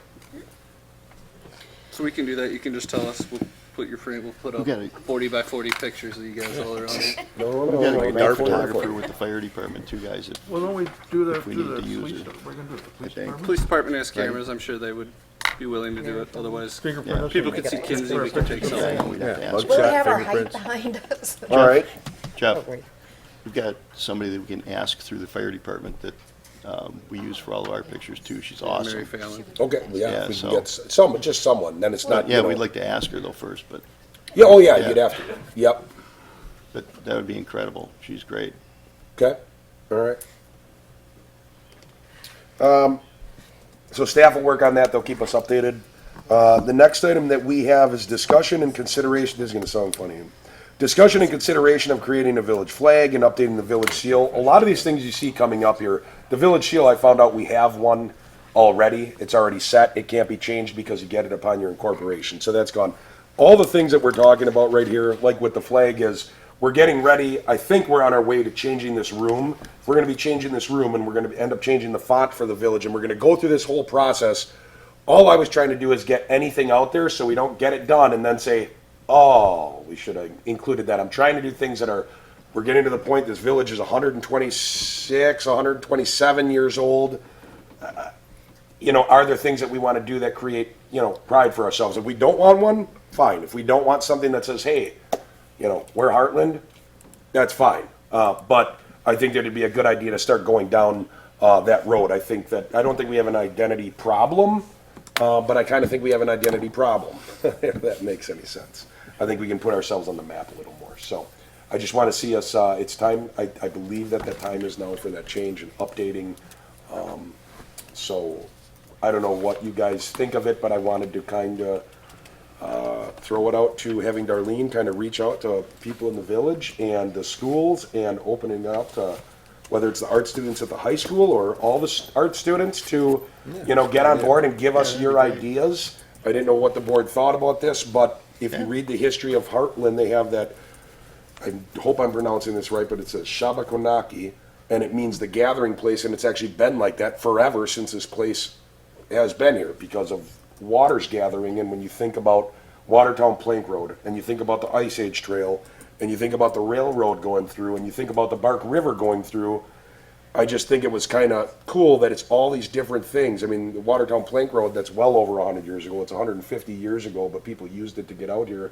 They didn't even have roads because they'd be in the mud most of the time, so they had to go on that plank road. But it's kind of a cool history, and I think that whether it be the gathering place or something like that, some type of motto to direct the people how to move forward that would want to give us their ideas. I think it's So a with good this one, are idea. you talking about having a flag designed? Well, yes, it doesn't necessarily have to be a flag unless the board wanted it, but whether we want something that is our logo. Yeah. Do we want to start branding our village other than having an old photo of a billboard from 1956 that says the Heart of Hartland next exit, which there's nothing wrong with. That's part of our history. Do we want to stick with saying, you know, we are the heart of Waukesha County, even though Hartland isn't spelled like a heart? Do we want to stick with that? I understand it's part of our history, or do we want to carry, carry forward and instead of having a bunch of different ideas for Hartland, whether it's, oh, we're the heart, or, oh, we're this, you know, do we want to kind of solidify that and have more of a logo and a branding? It's up to the board. I think it's very important, in my opinion. I think it's important for our posterity. I think it's important to carry forward for the next 100 years. If people don't feel that way, we don't have to do it. I believe it is. I hear so many different things on what people say, hey, this is Hartland, but it seems people gathering together and really caring about each other seems to be the big one, so. But it's up to you guys. But yes, so the idea was, I mean, if the board wanted to go, I think it'd be kind of a cool thing. Yeah, I agree. Do you want to look into that? Sure, I mean, there's a couple options. I mean, obviously, there's marketing companies. You could look for a company. But we had talked just briefly before the meeting that you could also reach out, like you said, to residents. We'll have to think about how quickly we could communicate that to residents on a whole. And then also reaching out to schools to see if there would be a contest. And you may or may not find something that comes from that. So Right. a couple of ways to look at it. We can start to investigate that. Okay. That'd be great. Do you guys all feel that way? Anyone have Yeah. concerns or issues? No, good idea. So just so you know, so it doesn't sound like I was thinking crazy. So with the whole seal thing, basically, I'm thinking, or in my head, and I want your input also, I was thinking of some type of a logo that expresses us. It doesn't have to be extremely ornate, but something that expresses us. Obviously, that logo, then you put that on a flag, and there's your village flag. But something that becomes our logo that can stick through the test of time, but also carries forward our history. That's how I was talking about Watertown Plank Road, the railroad, the Bark River. It's the things that have brought us together, not only for the last 150 years, but will be here also for the next 150 years. Probably take a little while to get back to you, is my guess, because, you know, if we have Oh, well, if we have absolutely. schools do it, I'm I'm just sure trying to get they that might say, hey, conversation in started. April, we can do, you know, we'll see what we get. I just want the conversation to Absolutely. be started. Okay. All right, next item, we have discussion and consideration of a motion to approve purchase of the RFID system for the library. As you recall, we talked about this during the budget presentation. I believe we get a discount if we order by, right, or approve it, or, Not necessarily. The grant is for next year anytime. And that would save us over $10,000. Any questions? so you'd order it, you wouldn't get it till 2020. We would order it and get it both in 2020. Okay. Same as the police cars, we're just, Wasn't this already in their budget? it is, same Yeah. as the police cars, though. This is a big enough item we're trying to, like, when we bring, It's above the you approved the 15. budget, but we bring the police cars. You technically approved her budget corporate reserve item with the RFID, but we're just now coming to you to say, can she order it for 2021? Are they paying us back? Who? The library? I'm just making sure because it's very, okay, so, well, no, I'm asking that because it's very articulate in the law on when we can and cannot tell them how to spend their money. Yep, and the library Library's board very approved different. this. Yeah, Yes. they did. We just, we bring it through you With them guys. approving it, I don't know if we can deny it. Talked about it in the budget. Correct. I'm asking, can we? No. Okay, so we are, just so everybody knows, it's not like we can deny it, it's the law. We cannot tell them they can't purchase it, just so everybody knows. But we can ask questions and just give them a nice formal approval. Right? I just wanted to Yeah. make sure all of a sudden, we didn't- Yep. I'm I think sorry. it's exciting. I think Yeah, it's I exciting. think it's super exciting, and I'm super excited for you. And most libraries that install it see 20% use of that self-checkout right away. So I think it's gonna be great. save a staff time. All right. Has it been approved? Thank you. Are you gonna? I didn't, I hope that you didn't mind that I said that. I didn't want to all of a sudden have it, we kind of had to approve it, so I wanted to get that out there. You can still talk. What's going on with the library? Are you guys? I'm so glad you didn't put me on the spot or anything. I'm just kidding, okay. Do you need a motion for that? I'll make the motion that we approve. I'll second. It's been moved and seconded that we approve and purchase the RFID system for the library. All in favor? Aye. Aye. All opposed? That motion is carried, and thank you to yourself and all the library staff for everything you do. It's gonna be really cool. Okay. Next item, we have discussion and consideration of allowing Newman Developments to start construction on identified lots without binder. I am very sorry for not calling you back. I am. I really okay. mean that. I'm sorry. That's I didn't okay. get called that. Good evening, Matt Newman. We just felt like we had to show up at another meeting because we didn't want to miss one accidentally. So we had to find something to talk about. Got bored? Yeah. So for those of you I haven't met, though, Matt Newman from Newman Developments and Brian Lindgren from Newman Developments. We're here tonight to talk about the tragic weather situation we're dealing with and how we could still hopefully start homes at Overlook Trails in the event that this weather pattern that we're currently in would actually continue. I'm very hopeful it won't. But at the same time, when this conversation was brought up last Monday, we actually called staff, village staff, to ask for this conversation, and then they, after that conversation, got us on this agenda to basically talk about the what if. We have a very abnormal weather pattern at the moment, one that's probably going to set records starting tonight and tomorrow, but actually last week and the 6 inches we got in October were not exactly helpful to site construction. And don't worry, this is not the only community we're having this conversation, but we plan out sites assuming that we have kind of a normal season. Normally, you get to pave roads. Basically, you can't pave roads on frozen ground, or at least that's not an ideal situation if you have to do that. Normally, we have conditions that allow for paving through typically deer hunting weekend is kind of the cutoff usually. Sometimes we can get into Thanksgiving, and in a really lucky year, we can get into the first week or two of December. Then the asphalt plant shut down. So given the weather we had at the end of October, we were starting to get concerned, obviously, with what was going on, because it also restricts your ability. The site doesn't dry out very well when you get 6 inches of snow. Then eventually the snow melts, and then you're happy the snow melted, but now you got moisture issues. It's hard to push mud around.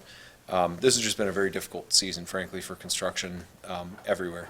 So anyway, I guess the long story short is I'm hopeful that we don't even have to adhere to this contingency plan, but what we're asking for is to have a contingency plan in place in the event that we need to start construction of homes on stone roads rather than with binder asphalt in place. Now, with the weather pattern we think is coming next week, if it actually shows up and it warms up and the frost goes away and it's melted and we don't have too much snow or anything like that, we're still optimistic we can get curbs in, and then following curbs, as long as the ground's not frozen, put asphalt in probably 7 days later, give or take. You have to backfill curbs and do some other things in between there. So hopefully it's all a moot point, but we wanted to come down and ask because there's a chance we have to make decisions with staff kind of on a daily basis based on the weather situation that's going on. So we're asking for approval of this now based on staff's approval as we're kind of going through the process. Effectively, what we're asking for is in the event that we can't get curbs in, so if the ground stays frozen and we can't get curbs installed, therefore we can't backfill the curbs, we can't put asphalt in, would it be okay if we can build permits or build homes on stone roads? There's a number of conditions, you probably all have those with you, so I won't go through all those conditions. No, don't have them? Effectively, there's a whole series of conditions that we work through with the village staff. Staff, actually, Ryan Antman, put a list together that has a lot of different requirements in it that we have to adhere to. It's things for fire safety, police safety, access, of course, for our contractors as well as for building inspection services. Those are probably the main things. Snow removal, of course, which is on us. But basically, all risk is on us. Probably the most important thing to you all, there's no occupancy permits until we get those roads completed. So all we're asking to do, this is a condo site, so it's a little different than a regular single-family development where you could have 10 different home builders in there. It's just going to be our building company. So it's our partner company. There's not going to be other outside building companies in there.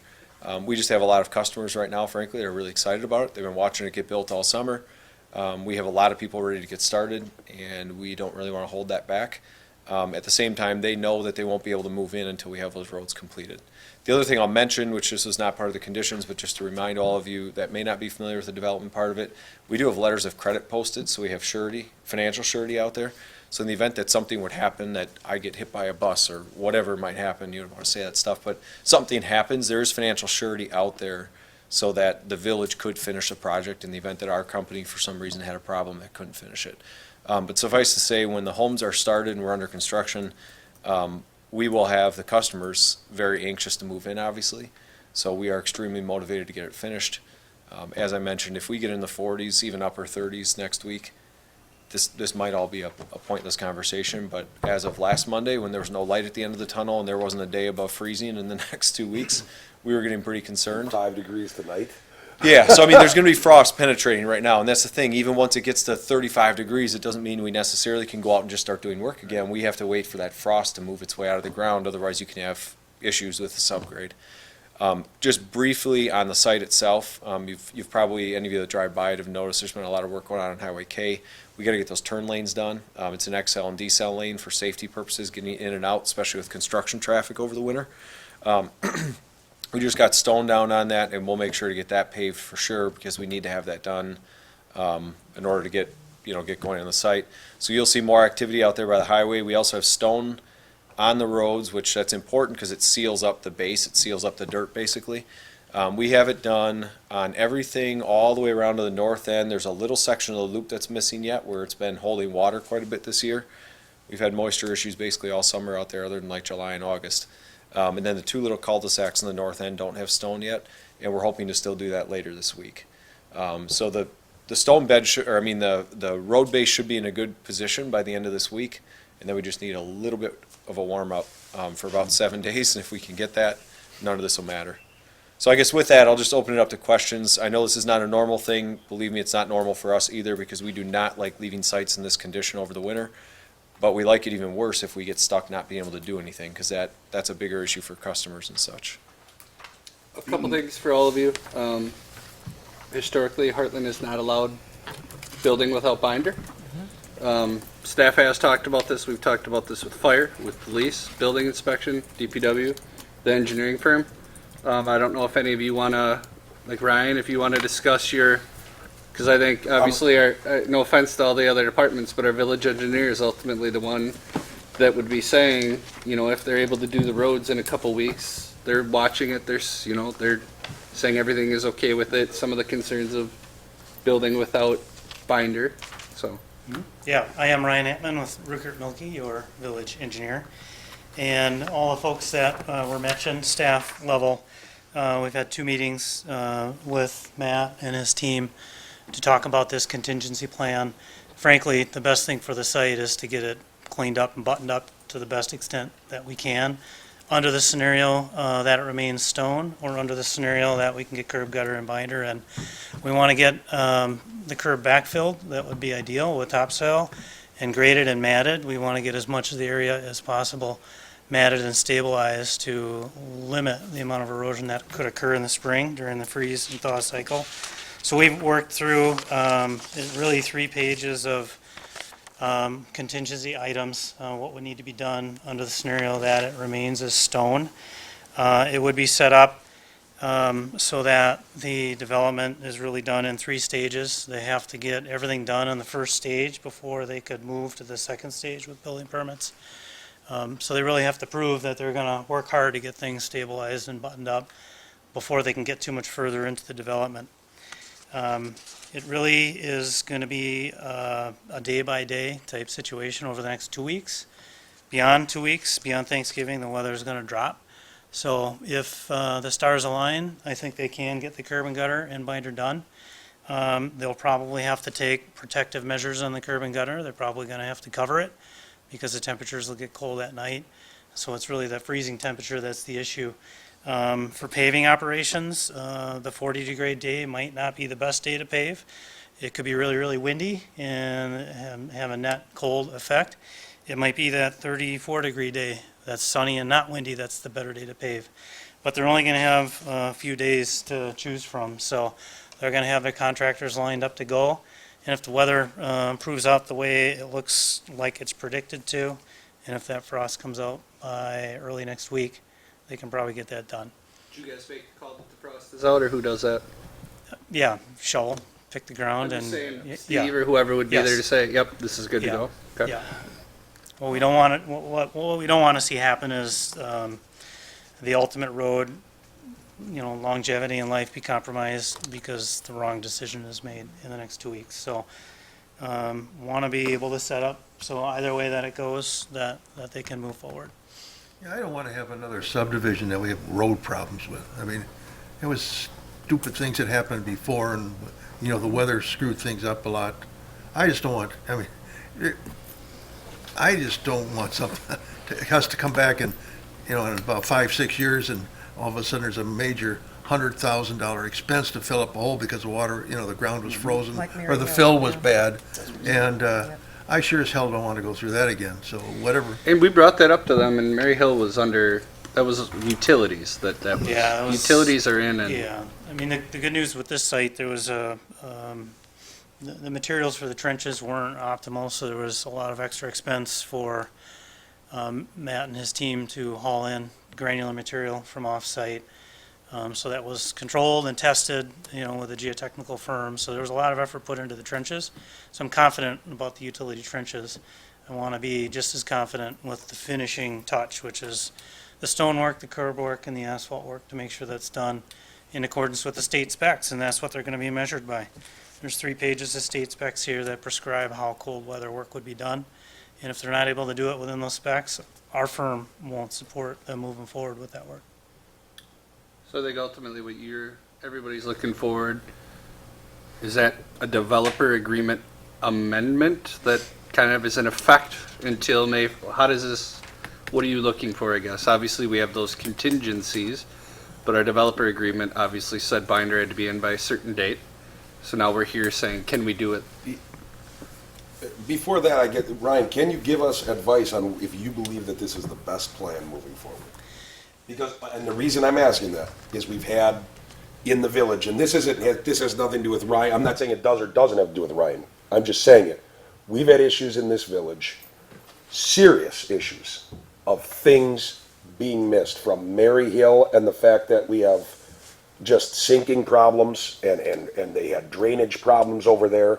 And none of this has to do with Mr. Newman.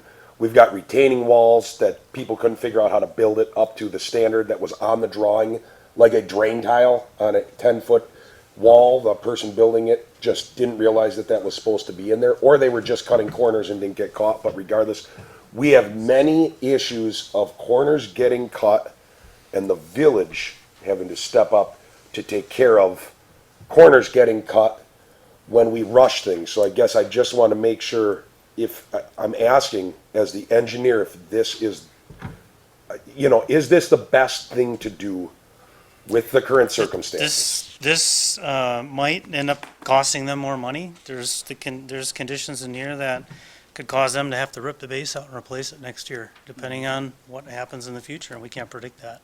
So I think the protections that are put in the contingent, or in this contingency plan, are set up so that the village is protected, first and foremost. However, I mean, are they talking about pouring slabs for houses on frozen ground? Full basements. Well, I think it's a real bad idea to do the building if the roads are just gonna be the gravel base. If it ends up that we don't get the roads in, I don't think it should move forward then, because I just don't wanna see any more mistakes. We need to do it right from the first. Do it right first, so we don't have to go back and fix it. I was in the building and paving business for 30 years. And it never made sense to me to put the curbs and the road in before you built the house, because the curbs and the road always got wrecked, and it ends up on the developer's end, spending more money to fix everything.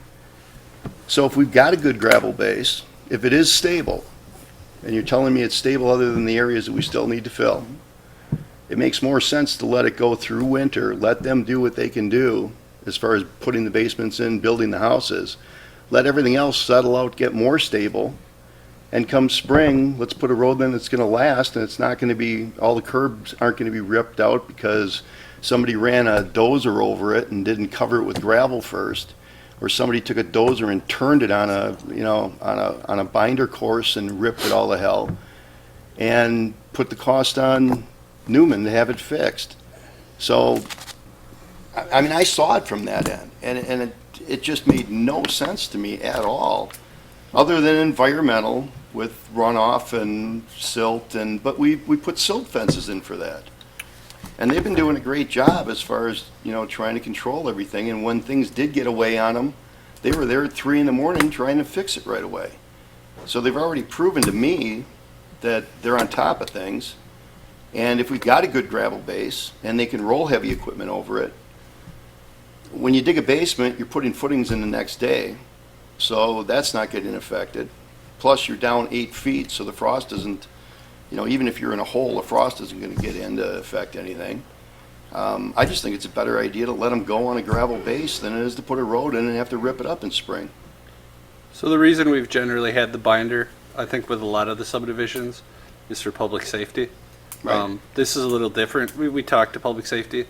If Chief? God forbid a condo started on fire, the only people, there would be no residents there would be no occupancy, things of that nature. But if we keep the snow removed, and they're going to do the snow removal, so we're not beating up our plows in there, as long as we can get in with the fire department and the police department if there is an issue, I think it's a better way to go. Here's the problem, and I'm just throwing this out there, and I'm not saying that it is a problem. The scary part about this is we aren't doing the roads. We aren't plowing the roads. So if they don't plow, because no one's up there anyway, and their plow driver, even if it's not their decision, knows no one's even working today. We just got 20 inches of snow, but some kid takes a snowmobile through there, and whatever, falls off the snowmobile and hits his head on a culvert or a big piece of metal. He's bleeding all over the place, and the fire department has to get out there and has to save that kid. We're at a loss of control is all I'm saying. And that's all I'm saying. So we're leaving a lot up to. Right. Now, the chances of that happening, we have a better chance that it's going to be 80 degrees tomorrow. Okay, so I'm just saying there's a reason that rules are there. We have to figure out, are they I understand that too. If everything's going to turn out right, I'll say it right now. I'm not an expert in the area. If everything's going to turn out right, I'm good. But if there is a chance that I'm not, throwing anyone under the bus. We had a problem in the first place because things weren't taken care of the way that they were supposed to when we had a meeting with 20 people here. They didn't dig down deep enough, and they were told how far to dig, and they didn't. There was corners cut. Right. So there's corners cut already, and I'm just being careful because you're like, no, the people, and there's nothing wrong. It's just a different side when, on the village side, it's like you have to worry about all these little things, because if one little thing happens, it's like, oh, you should have seen that. On a business side, for God's sakes, if you take care of every little tiny thing, you'll go broke. So it's a juggle here, and I just hope that there's some protection in place in that agreement that really covers us, that if one corner is cut. I understand completely. What I'm getting at there too, and I agree with what you said. Yep. Let's say we fill the areas that were wet, and we get them to the point where we can put binder and curb on it. This is not the time of year right. you want to do that. So let's get them filled with gravel and get them to the point where they can be plowed and taken care of.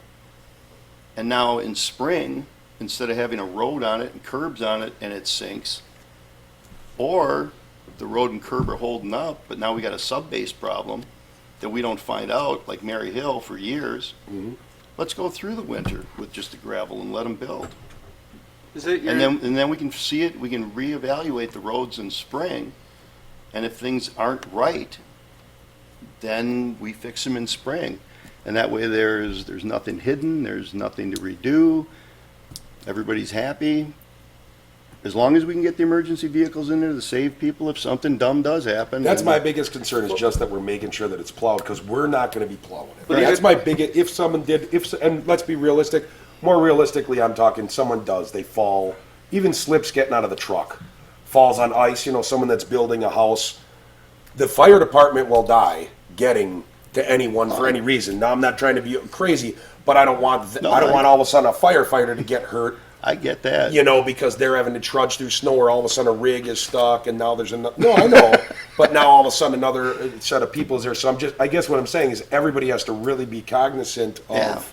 But once we do this agreement, now that control is right out of our hands. if you get binder down, you guys are still paving it all winter, right? Because we have not accepted that road, because it's not final. Plowing, you mean? Plowing, yeah. What did I say? Paving. We're not plowing the road. Paving. You know what, I don't know what the developer agreement ordinance says about that. Usually when we have binder down, the village takes over plowing, but I don't care if we need to plow, we'll plow. No, I was I'm curious. not sure That's- I'm not sure what it says right now. As far as construction of the homes, not to share the stage here, Ryan, but as far as construction of the homes, I mean, we build homes year round, and actually we build as many or more homes in the wintertime than we do in the summertime, simply because we're trying to get ready for the spring market. So there's no issue here in terms of building related, just to your question, Ann. I don't know though, on the roads, I guess our preference, because we thought we were gonna have to do this on stone based on the weather forecast a week ago. If we have a choice, we're gonna wanna get curbs and asphalt in, even the binder course, simply because it does allow us to backfill, this was Ryan's point before, it allows us to backfill the curbs, which allows us to better stabilize that right of way. And the homes are 15 feet off the right of way, so in this case they're pretty close to the right of way, so we want that stabilized if we can. And we have a lot of topography on this site, so if it were a flat site, I completely agree with what you're saying. The challenge in this site is there's a lot of topography, so we want to get as much topsoil where it belongs and as much matting, seeding and matting, that we're obviously not gonna get grass growth anymore. But when we put the topsoil where it belongs, we can mat it and seed it. That controls the runoff even through the spring freeze-thaw cycle. I don't know, most communities that we work in, if we can get the binder down, even if it's in 35-degree sunny day, and there's not frost in the ground, or a 40-degree day with a little bit of breeze, they would prefer that we do that.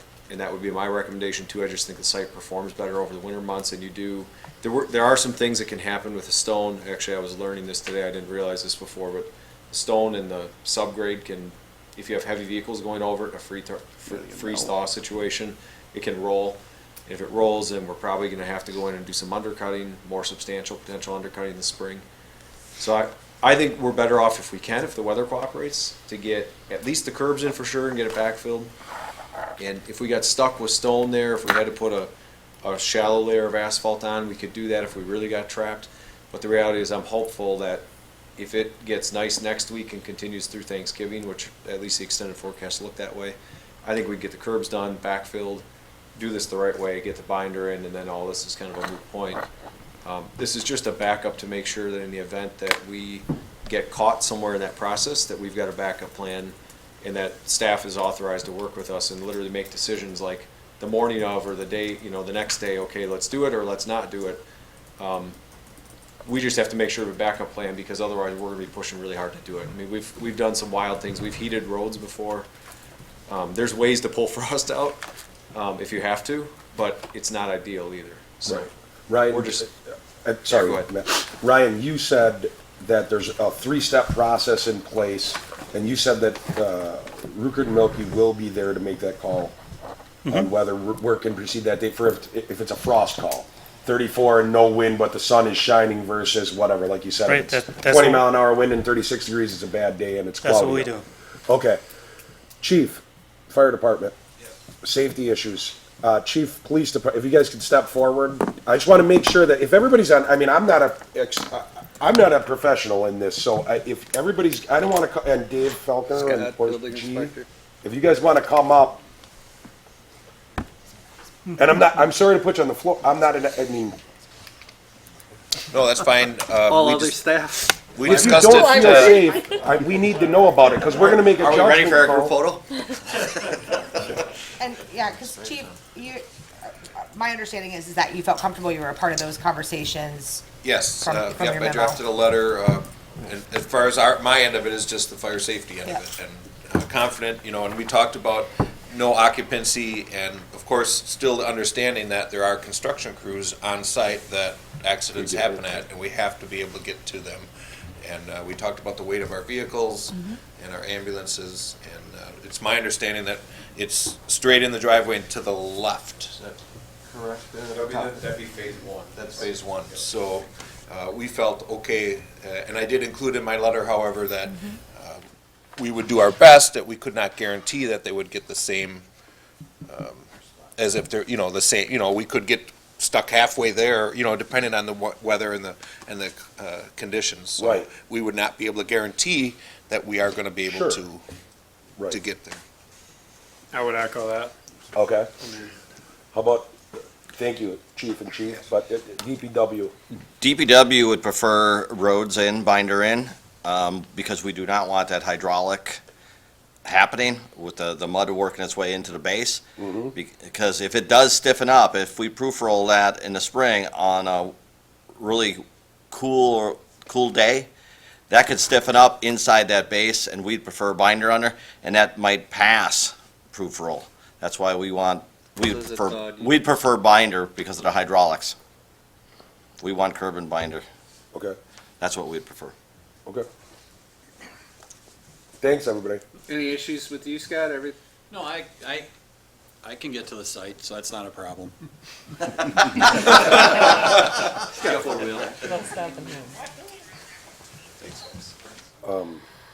And you guys have seen the contingencies that he's talking about? Yeah, we actually, we talked about them last Monday and then went through them again today. There were some real minor tweaks to it, just clarification type items. But yeah, we would agree to adhere to those in the event that we need to. And again, we're hopeful we don't need to. We just need to get some decent weather. It's my understanding that everybody, one of the things you said, I believe, and that's still in there, is that everybody on the staff did something more like that? I think you said the department heads? Or is that something I don't know if that is. I don't know. I haven't seen the updated contingencies. Okay. I hate to go against I'll Steve. send it to you in the morning. It's substantially the same as the draft. Because originally we had all department heads. Did we still have that? Yep. Okay. So one of the first items in there we had is pretty much police, fire, DPW, building inspector, engineer, and administrator. All have to be. All have to say, go. Good to go. What about the library? Okay. You guys were fine with that? Yeah, library was not on. Sorry, the there, but library. Yes, everyone else was on there. If you'd like to be on there, you're welcome to.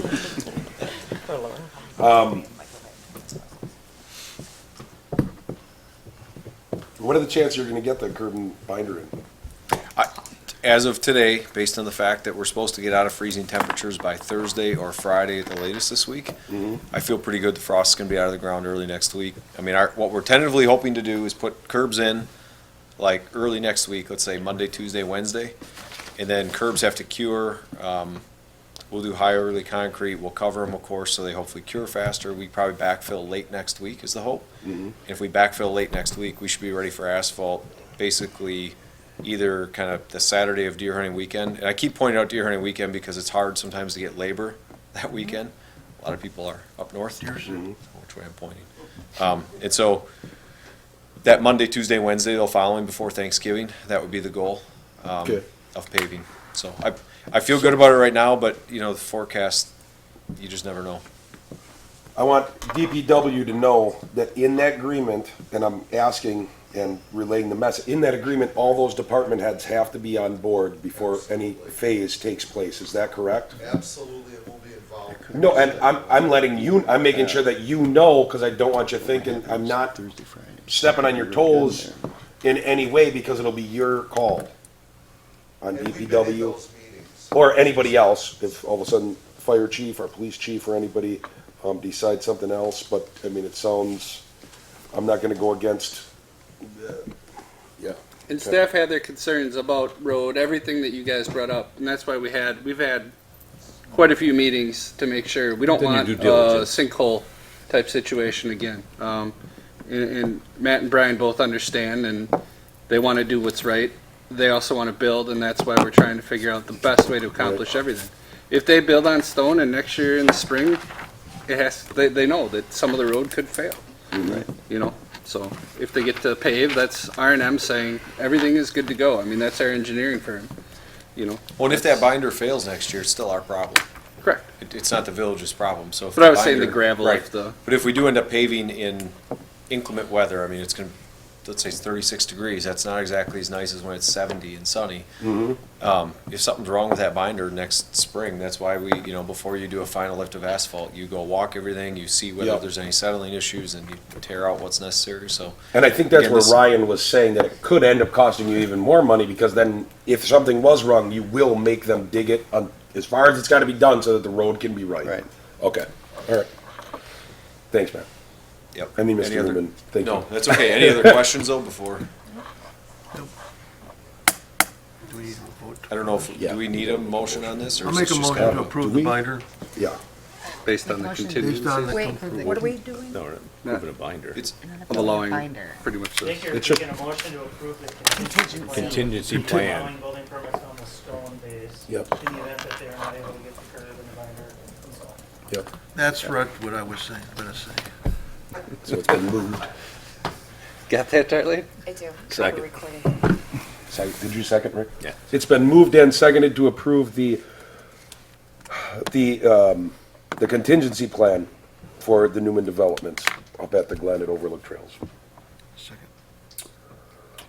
Any other discussion? All in favor? Aye. Aye. All opposed? No. One, got it? All right, with that, that motion carries. Announcements. I have one, I just wanted to recognize, today is Veterans Day, so I would just like to extend a thank you to all of our veterans here in the village of Hartland and throughout the state and nation. Thank you. And I'll add to that, of that being Veterans Day, and today at the VFW, they did their ceremony, which they always do at 11 o'clock, naming the fallen area. Our fire department showed up and had the flag there for the ceremony. It was absolutely beautiful. A lot of people commented on it, so thanks to the fire department and the VFW for all they do. Thank you. Awesome. Tonight you approved the bill, to pay the bill for the fire truck. I just wanted to reiterate the fire department's thanks, the community's thanks, and just as a reminder, with the cost of those vehicles, they are astronomical and they continue to rise, but with the village's support, we were able to cut our large vehicles from 6 to 3 and make them more multi-purpose so that we have less maintenance. We're already starting to see that as we've been preparing quickly for this cold weather and, adjusting and different things. So we've been seeing some savings with maintenance costs. And I just wanted to let all the viewers know we appreciate the support, and we're a lot more universal now with each truck rather than just having one truck that goes to an area with no hydrants and one truck that's just set up for hydrants. And then so we have 3 trucks now, or we'll have our 3rd one here. Again, we were able to cut down from 6 to 3. Extremely appreciative of that, of the village's support and the trustees' support and that. And then my last thing, again, reiterate, it was a fantastic day. We started our day flying the flag at the Arrowhead Veterans Day breakfast, and we did the Legion, and then we went to the Swallow School lunch. We were able to get the flag up and fly it. And it was just a very touching day. I appreciate and all the veterans that served, that have served and are still serving currently. And I wanted to just share a story. If you didn't see it on my post today, I had a gentleman come up, honored veteran, decorated war hero, and he came up to me and he said, "Do you know why the flag blows like that?" And I said, "Well, yeah, it's pretty windy today." And he looked at me and he says, "No," he says, "that's the last gasping breath of air that each fallen soldier exhaled as he passed." So I'll leave you to that today. Very, very touching moment. Thank you. Thank you. Thanks, Chief.